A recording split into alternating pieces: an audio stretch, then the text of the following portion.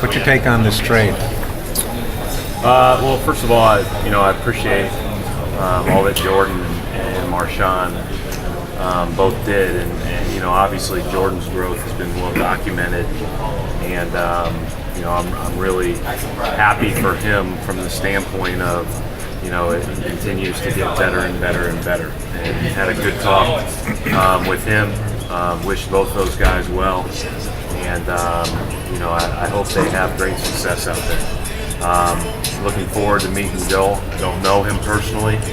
I've seen him play since he was a high school age, and obviously he's got great strengths specifically as a defender in the paint and on pick and roll. So I have not watched enough yet of him, but when he gets to town, we'll work on it from there. When do you expect him to get town? I don't know yet. I'm just getting the emails that the trades are complete and everything else, and we have a game tonight. So when did you find out the trade was happening? Spending most of my time focusing on that. Just kind of throughout the course of the last 48 hours, maybe. How much of this is just preparing for Rajon's return? I mean, Jordan was going to be in a situation where I think there's a, I'm not privy to every part of every decision that our management and leadership team will make, but I trust them, and I love the idea of we're really looking with a vision to being as good as we can be for as long as we can be, and I think we've got obviously not only with Anthony but with all these picks that are just adding up and adding up and adding up. You're going to have a lot of flexibility moving forward. Obviously Rondo's going to be our starting point guard whenever he gets back, and but I think Jordan would have readily accepted that role, and I think he would have been fine doing that. And it may be probably fairly similar to what he's going into. But again, I thought he was in a good place, and I feel like he'll do well. I feel good about his future. Was Marshawn just not going to find an opportunity here? I mean, to see a guy so I who... thought Marshawn really came along. I thought he played his great 12 minutes the other night. Mature, great defensively, I thought, and he can score the ball. His minutes weren't as easy to come by just because of who was at those spots. When you talk about Avery and Courtney to start the year at the 2, and Gerald and Jeff at the 3. So, it was a lot harder for him to get on the floor. But at the same time, he has a bright future as well. And I do think the D-League stint really helped from the standpoint of just getting out and playing games, just being more conditioned. How did Rondo's workout go with the Red Cross today? Good. Accomplished what we wanted it to accomplish. And I have not talked to anybody, including Rondo, since the workout was over. I watched it for a few minutes, and then I left. And because I needed to, obviously, we got a lot going on around here, but we have a game tonight. Brad, did you get a thumbs up?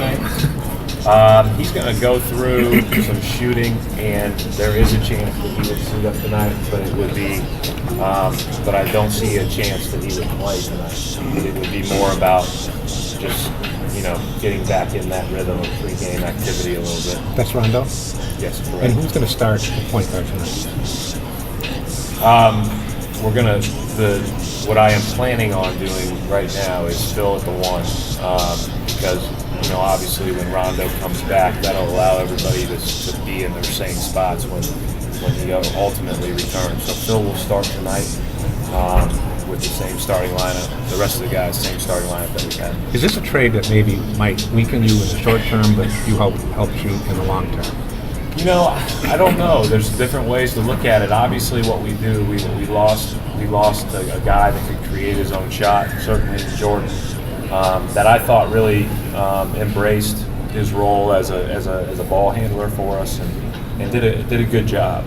Obviously, bringing in Jared, we've added another ball handler, which is a positive, and we're adding again. another ball handler in Rondo. Being able to add a person that can protect the rim and defend the paint, I think helps our team because it's one area where we haven't been as strong defensively. But at the same time, obviously there's a lot of positive things in the future with those picks that are involved in this. Brad, you said yesterday that you were looking for that thumbs up from Rondo. Obviously, you said you didn't talk to him, but did you get any visuals from him that you enjoyed the way he went through this workout today? Well, I think he enjoyed it because they kept score. His team usually won.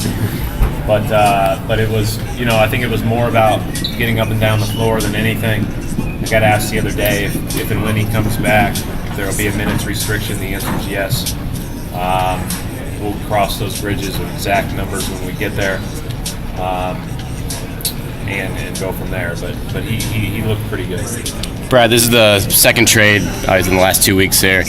How challenging is this for you and just, the locker room itself to kind of, obviously we don't know if it's done trades for the rest of the trade season here. Yeah, but so we'll have 10 players in uniform that can play, and that's part of the challenge. And but at the same time, all 10 are probably going to play, and it's going to have to be something where we all kind of make up for any absence that we don't have from the standpoint of what we've lost in the trade from a number standpoint, and go from there. But obviously you're watching film as much as you can, getting ready for a game, and at the same time there's a lot going on right now. Is Keith Bogans trying to sort out his situation here? Just trying to.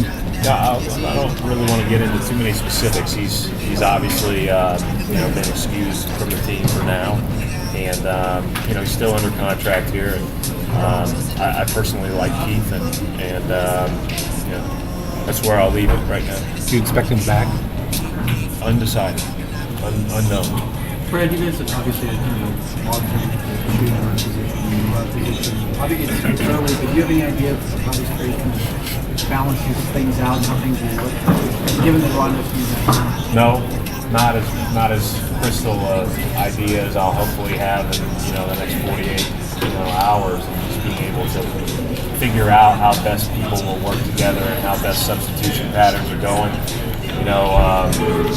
If Rondo's able to play anytime soon, whether it be Friday or beyond, then that obviously gives you more depth in the backcourt. And how you rotate people in and out, I'm a lot less concerned about.